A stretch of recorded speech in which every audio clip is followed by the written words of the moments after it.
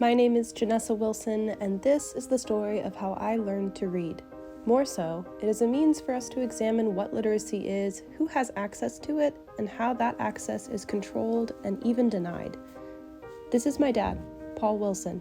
He has been one of my sponsors of literacy, a phrase used by Deborah Brandt to include any agents, local or distant, concrete or abstract, who enable, support, teach, model, as well as recruit, regulate, suppress, or withhold literacy, and gain advantage by it in some way. Now, let's hear my dad explain the day I learned to read. When she was finished with kindergarten, she came home, I met her on the porch, and I said, "Oh, congratulations, you're finished kindergarten, now you're in first grade," which I saw immediate panic on her face.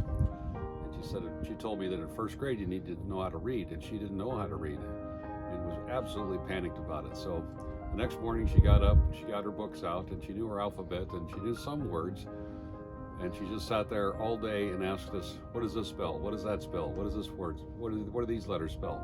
And she just read and read and read, and by the end of that day, she was a pretty good reader. Sounds simple, doesn't it? Unfortunately, literacy cannot be attained entirely over the course of one day. In fact, a person can have multiple literacies which evolve over the course of their lifetime. As my report card shows, I entered first grade as an emergent reader and gained fluency throughout the year. I was privileged to go to an affluent professional school where creativity and student voice were fostered within the curriculum. In his book, Literacy with an Attitude, Patrick Finn quotes Jean Annion's description of affluent professional schools by stating, "Work was creative activity carried out independently. It involved individual thought and expression, expansion and illustration of ideas, and choice of appropriate methods and materials." Reading and writing were integrated into my studies through poetry and even local publishing opportunities. This was an immense privilege. My literacy was privileged in other ways as well. I grew up in a household with 2 native English speakers as parents.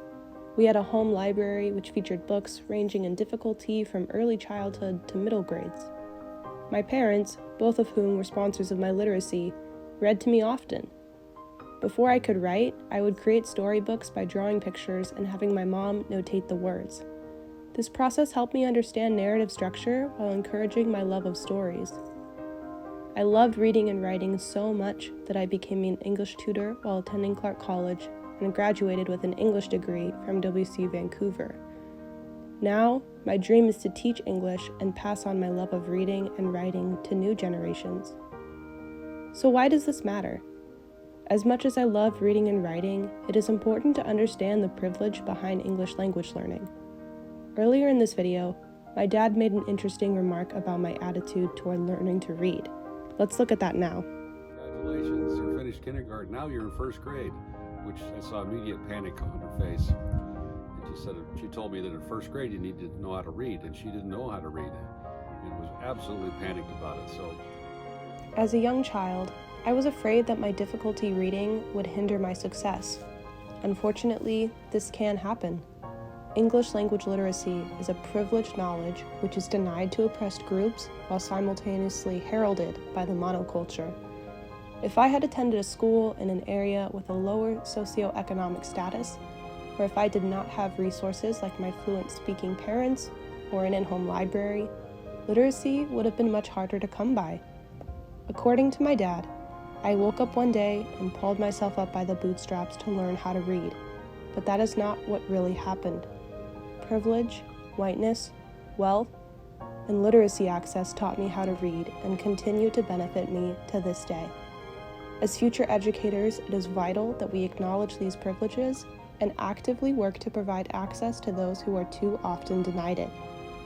Until then, we will miss out on the poems, stories, and other beautiful creations of children around the world.